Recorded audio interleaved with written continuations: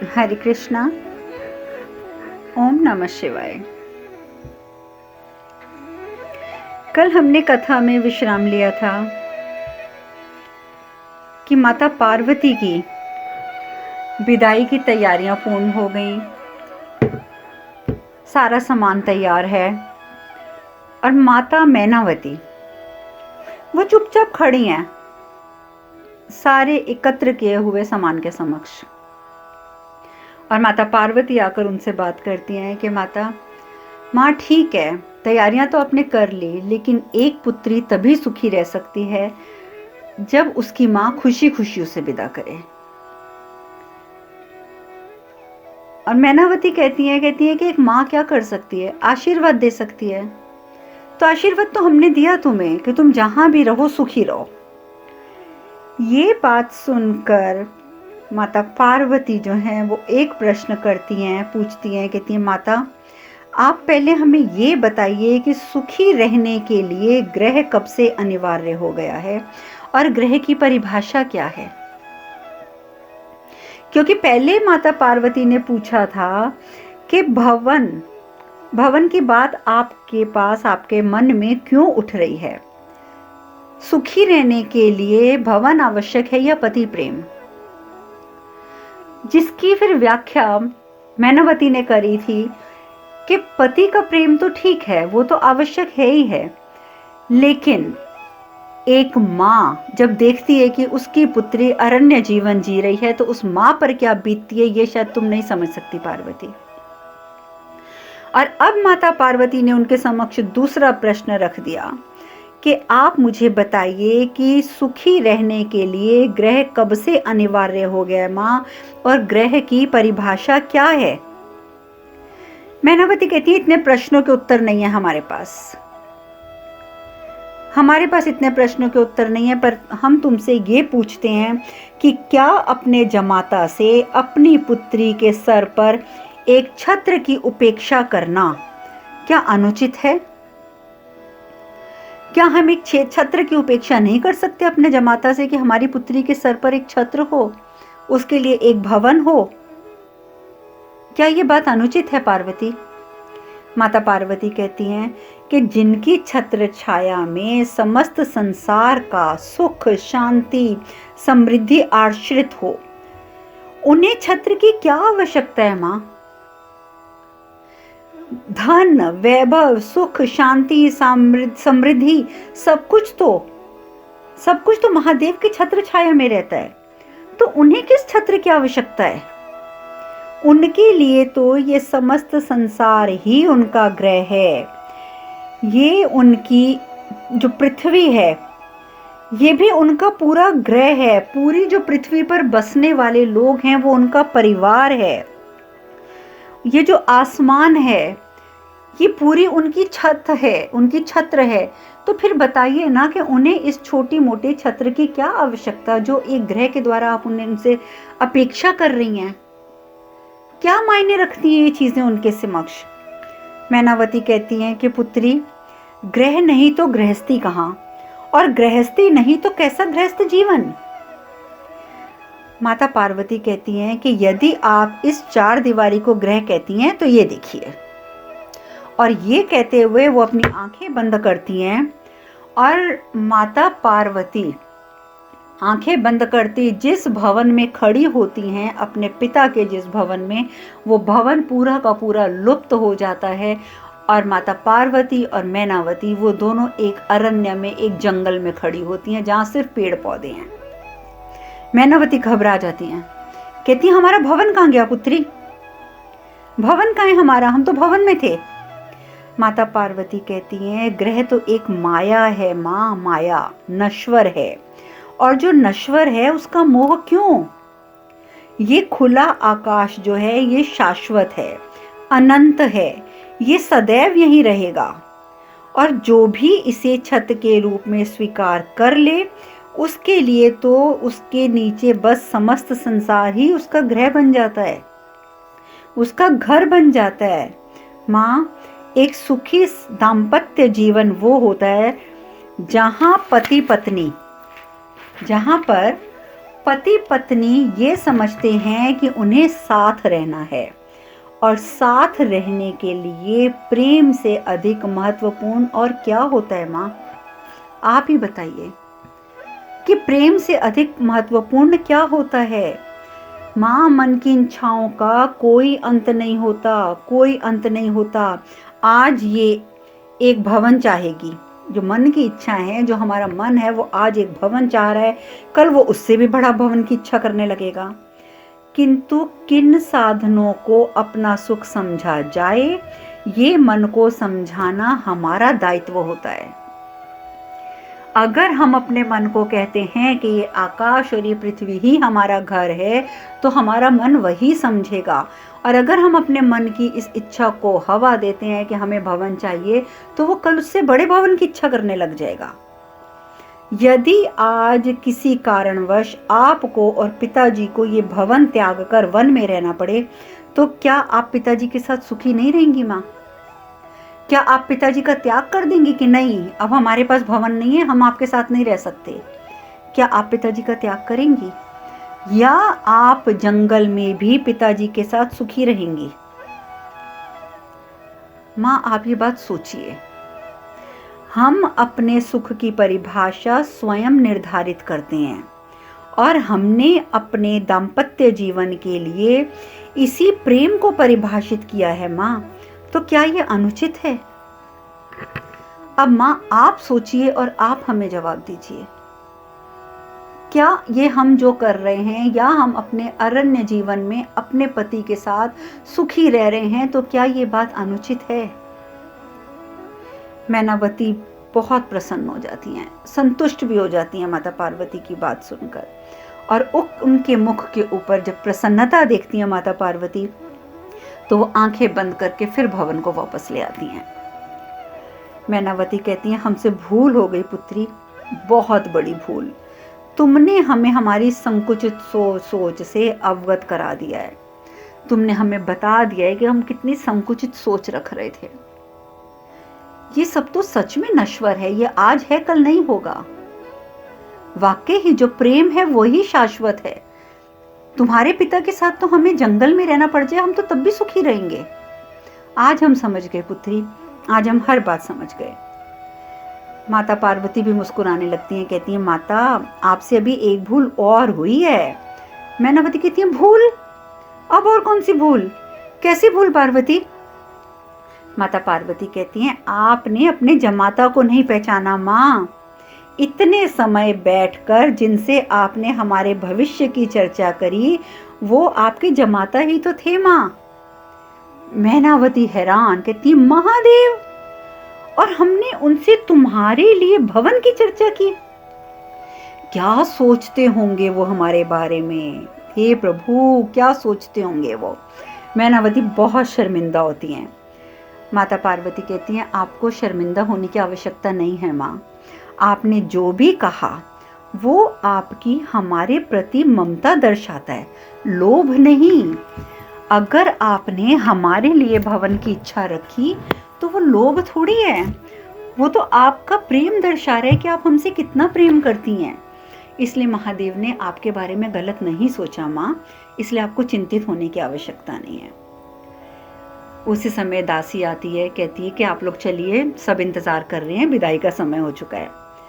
मैनावती और माता पार्वती उस कमरे से बाहर आती हैं। महादेव से मैना पार्वती कहती हैं हाथ जोड़कर, हमें क्षमा कर दीजिए महादेव, हमें क्षमा कर दीजिए। महादेव कहते हैं, माता, माँ अपनी संतान से क्षमा नहीं मांगती है।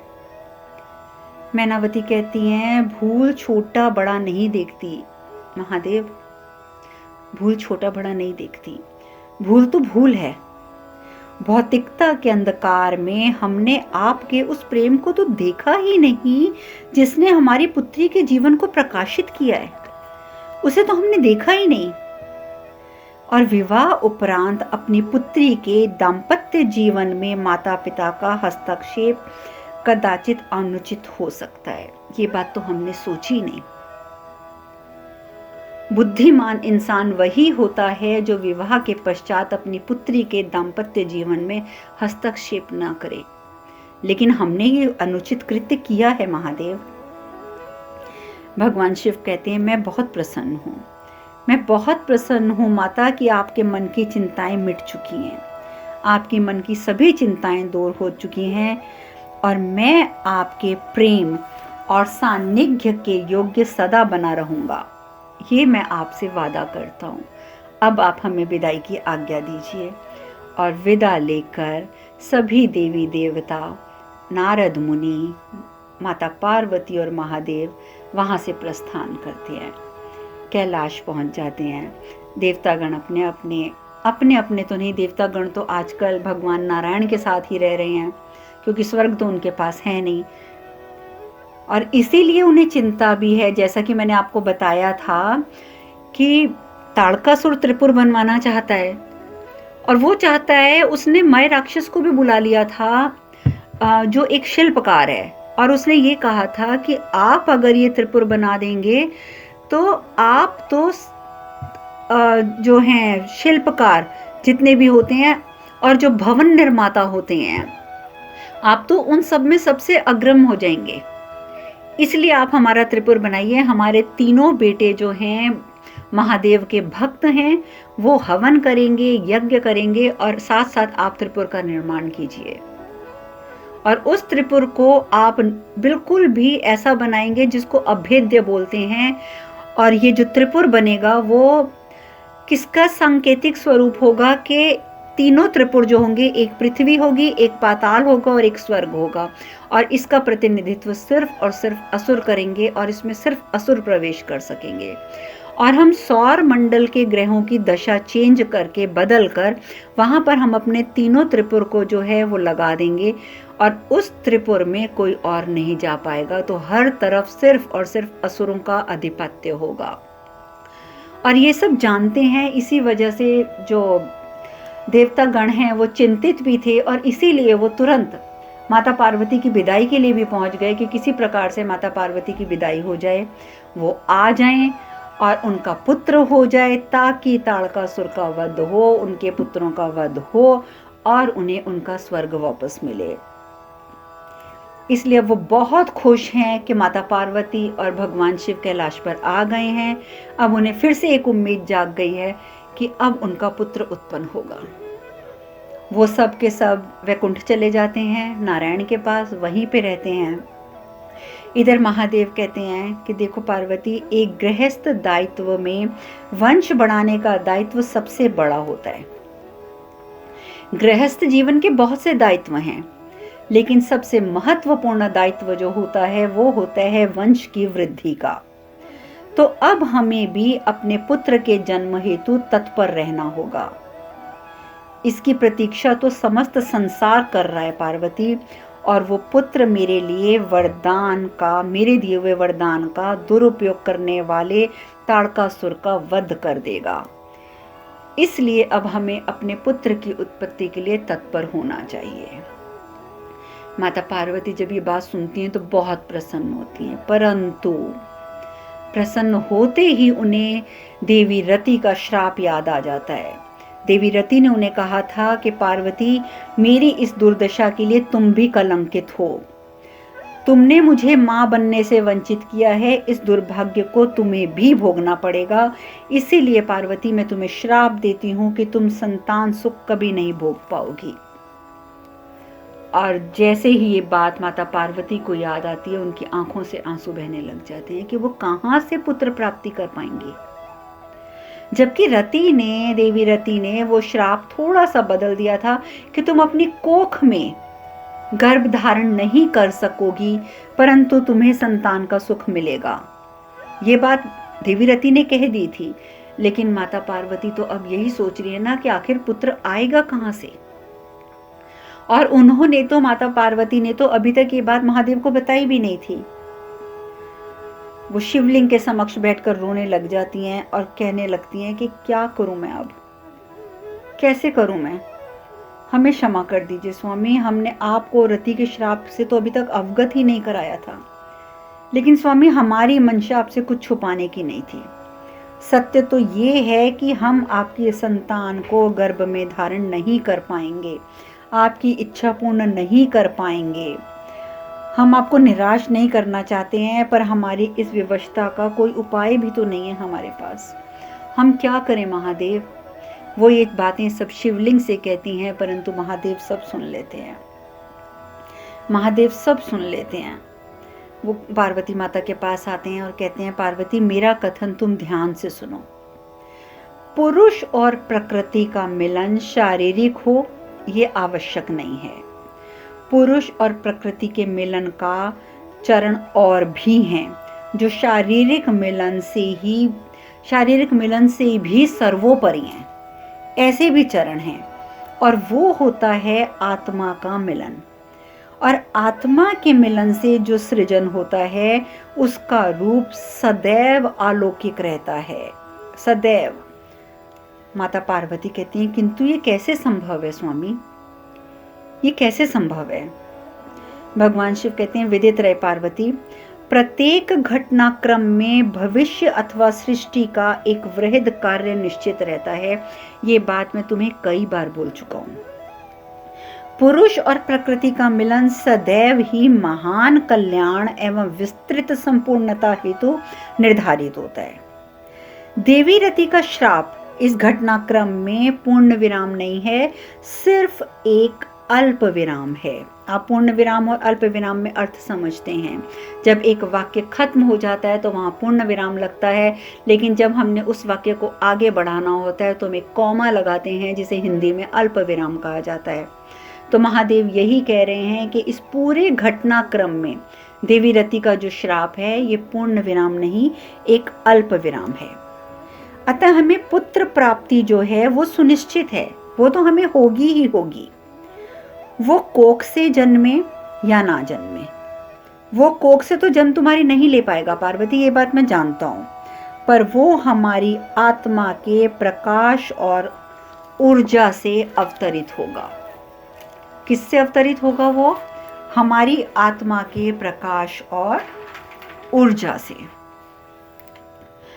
प्राकृतिक रूप से उत्पन्न होगा वो, पूरी तरीके से प्राकृतिक रूप से। अब तुम अपनी व्यथा को त्याग दो। हमारे पुत्र प्राप्ति के निश्चय से समस्त सृष्टि देखो कितनी उत्साहित लग रही है। तो अब पार्वती तुम भी उत्साहित हो जाओ।